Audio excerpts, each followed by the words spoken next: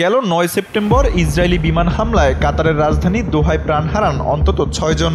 নিহতদের মধ্যে ৫ জন ছিলেন একটি সক্রিয় সংগঠনের সদস্য।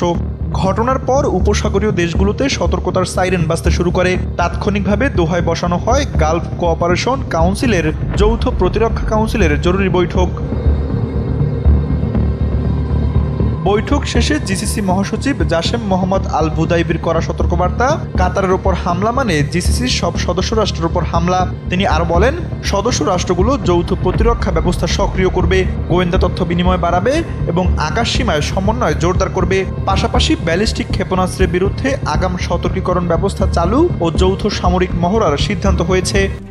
RICL TMX, যুগের পর যুগ স্থাপনা থাকে মজবুত।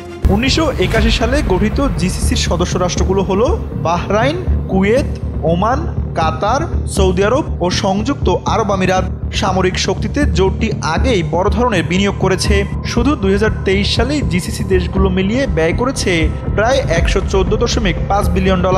এর মধ্যে সৌদি আরব একাই খরচ করেছে $৬৯ বিলিয়ন। অন্যদিকে দীর্ঘদিন ধরে উপসাগরীয় অঞ্চলে রয়েছে যুক্তরাষ্ট্রের সামরিক ঘাঁটি। কাউন্সিল অন ফরেন রিলেশনস জানায়, এ অঞ্চলে অন্তত ১৯টি স্থায়ী ও অস্থায়ী মার্কিন ঘাঁটি সক্রিয়। সবচেয়ে বড় ঘাঁটি হল কাতারের আল উদেইদ এয়ারবেস, যেখানে ১০,০০০ মার্কিন সেনা, শতাধিক বিমান ও ড্রোন মোতায়েন রয়েছে। এটি মার্কিন সেন্ট্রাল কমান্ডের আঞ্চলিক সদর দপ্তর হিসেবেও ব্যবহৃত হয়।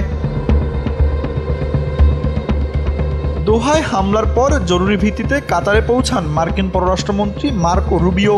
বৈঠক শেষে কাতারের পররাষ্ট্র মন্ত্রণালয়ের মুখপাত্র মাজেদ আল আনসারির ঘোষণা, আমরা আমাদের সার্বভৌমত্বের প্রশ্নে অটল। এ ধরনের হামলা প্রতিরোধে সব ব্যবস্থা নেওয়া হবে। এরই মধ্যে নতুন আরেকটি কৌশলগত পদক্ষেপ নিয়েছে সৌদি আরব। গত সপ্তাহে তারা পাকিস্তানের সঙ্গে স্বাক্ষর করেছে পারস্পরিক প্রতিরক্ষা চুক্তি। ঘোষণায় বলা হয়েছে, যে কোনো এক দেশের ওপর হামলা মানেই উভয়ের ওপর হামলা। ফলে মধ্যপ্রাচ্যের আকাশে এখন উত্তেজনার ঘন ঘটা। কাতার, জিসিসি, যুক্তরাষ্ট্র এবং সৌদি পাকিস্তান জোট সবাই যেন প্রস্তুত হচ্ছে সামনে আসা এক কঠিন পরীক্ষার জন্য। তানভীর আহমেদ, NPB।